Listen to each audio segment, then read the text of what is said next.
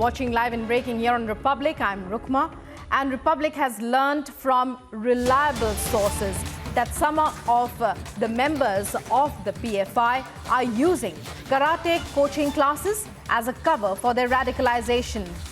Hate speeches, videos and articles are shown in these classes to radicalize new recruits. Then physical training is provided on the pretext of karate coaching centers.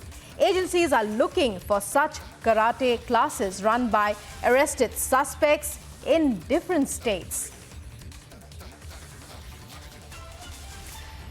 So it's a mega Republic scoop. Republic has learned from various sources that karate classes are being used, or rather have been used over the past few years as a cover for training new recruits. Sandeep joining us live on this breaking news. Sandeep, we are hearing about various sources telling Republic about how karate classes have long served as a cover for radicalization of new recruits. Tell us more. So yes, as far as the NIA raids are concerned and the karate classes is concerned, remember, since last few months, NIA is working on PFI, and in fact, massive raids have been carried out in whole country. In fact, recently, more than 106 PFI members have been in fact arrested by the national investigating agencies. And in fact, what we have been told by the intelligence agencies is that PFI was involved in recruitment of several youth. They used to call them in karate classes. They had started a karate classes across India. It was majorly ran in South India, that is Andhra Pradesh, Telangana, and several parts of South India, in fact. And in the same region, several karate classes were opened up by Popular Front of India, wherein the youths were called, they were trained, brainwashing was done, in fact, in the same karate classes. In fact, training of jihad was in fact given out there in the same karate classes. Now, Sukma, what is more important out here is that physical training were also given out there, and several hate speeches, videos were also shown to such youth, and radicalization, proper training were given out there in order to radicalize the youth against India, and anti-India activities were underway at such kind of karate classes center, which is which was basically operated by PFI and its member. So a major as the investigating agencies has got such links, now it has been disclosed that such karate classes were used for anti-India activities. Rukma. Right. Sandeep, when we talk about new recruits, what categories of the population are we talking about? Are we talking, on what basis were they selected? What were the kind of age groups to whom the PFI tried to recruit? Also, was it gender specific? Are there any details regarding that? See, as far as the recruits are concerned, it could be anyone. There have been several prayers in the madrasas as well, and people used to visit the madrasas. Now, the members of PFI used to identify several people who were, very much into Islam, and very much they were into a strong believer of Islam, in fact. Now, such kind of people who were in PFI, in fact, those of extremist mentality, used to identify several youths who were in fact found speaking in the favor of Islam. They were identified, in fact, and later on they were approached to join the karate classes, wherein it was trained, in fact, they were trained in very extreme level. And in fact, hate speeches were, videos of hate speeches were played. Sandeep, will be coming back to you. Stay with us. Sandeep reporting from Mumbai on this major PFI scoop that Republic has accessed. Reports our sources have told us that the PFI was using karate coaching classes as a cover to train and radicalize youth. How did this process unfold? We go across to our correspondent Ashwin, who's there in Kerala, who's there in Thiruvananthapuram, covering this mega breaking story. Ashwin, what kind of recruits are we talking about here? Were they recruited from schools and colleges when we talk about youth?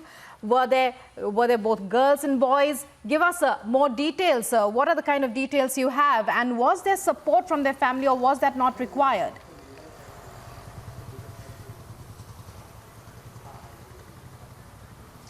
Rukma, this entire karate training, we in fact, back when we were investigating the Srinivasan murder case that took place in Palakkad. At that time, while we were on the ground reporting and investigating this matter, a name had come across, and his name was Karate Hakim. And now, why is this name very important? Because we have to know the genesis of PFI. PFI is born out of the National Development Front, the NDF. So back in 1999, when there was a training, a karate training that was held in Victoria College in Palakkad, there was this training led to a huge issues, and further to which many of these NDF activists, then the current PFI, they were arrested. And then what happened was the local Mahal committee in that particular mosque, they evicted all these members who had this kind of an association. Now what happened was that when this association, when they were all thrown out of the major Mahal committee, later they formed their own mosque. And when the Srinivasan murder case came out, we came to know that one of the accused is the son of Karate Hakim, who used to train people there in karate. So this karate angle has been there for quite long. In fact, we have seen in Karunagapalli about 8 months ago, when PFI was one of the institutions was there. Even there was this training that was going on. So the karate training is something which is an integral part of PFI, and that is something we always have come across. But now with this scoop which our Mumbai correspondent has brought in, it certainly adds more credence to the fact that the karate training is also organized in such a way that it brings in the PFI members together, and then that becomes like a radicalization, and then gets into the helps them become a part of the cadre of the PFI. So certainly a matter that is of high concern, Rukma. But we have seen these. I can state very clearly that we have seen these breadcrumbs along the lines when we have been investigating the murder of RSS workers in Palakkad and Alappuzha. Back to you.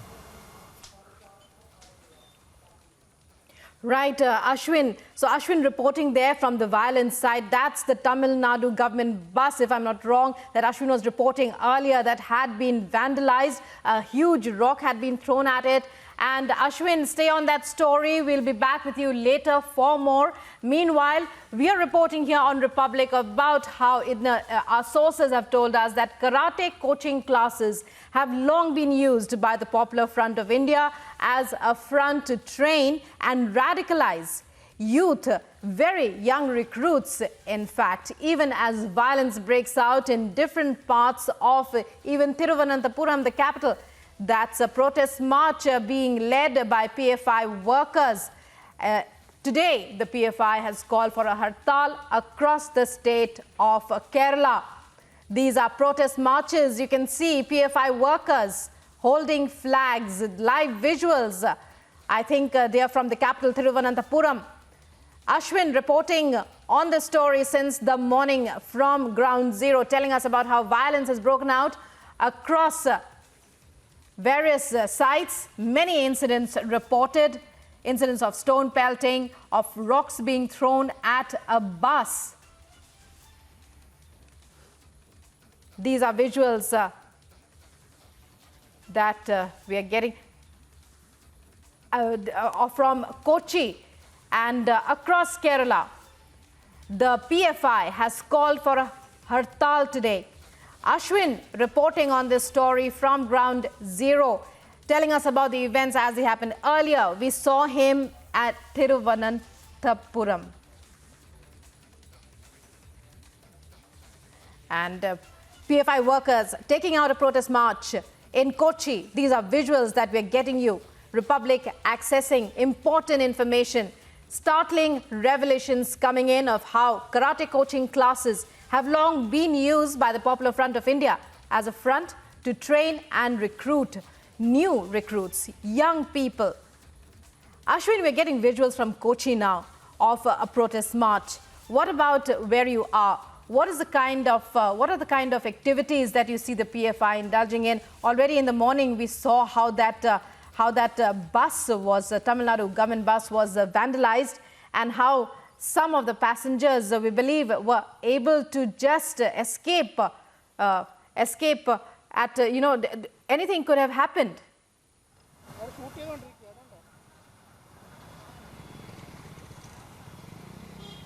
Well, Rukma, it is something which we have not seen before. Reason being, Kerala is the hotbed for all the PFI activities. That is number one. Number two, look at the kind of vandalization that has been conducted over here. Now, this is a KSRTC bus. This is a Kerala-owned government-owned bus that has been vandalized. Just 2 kilometers away from this very spot, we had covered a Tamil Nadu government-owned bus. Now, this is a hartal that has been called in illegally. That is the prima facie thing. There is no flash hartals allowed in Kerala. So these are the visuals that are coming in. So many incidents of violence has come in. We will bring you all the updates after the break.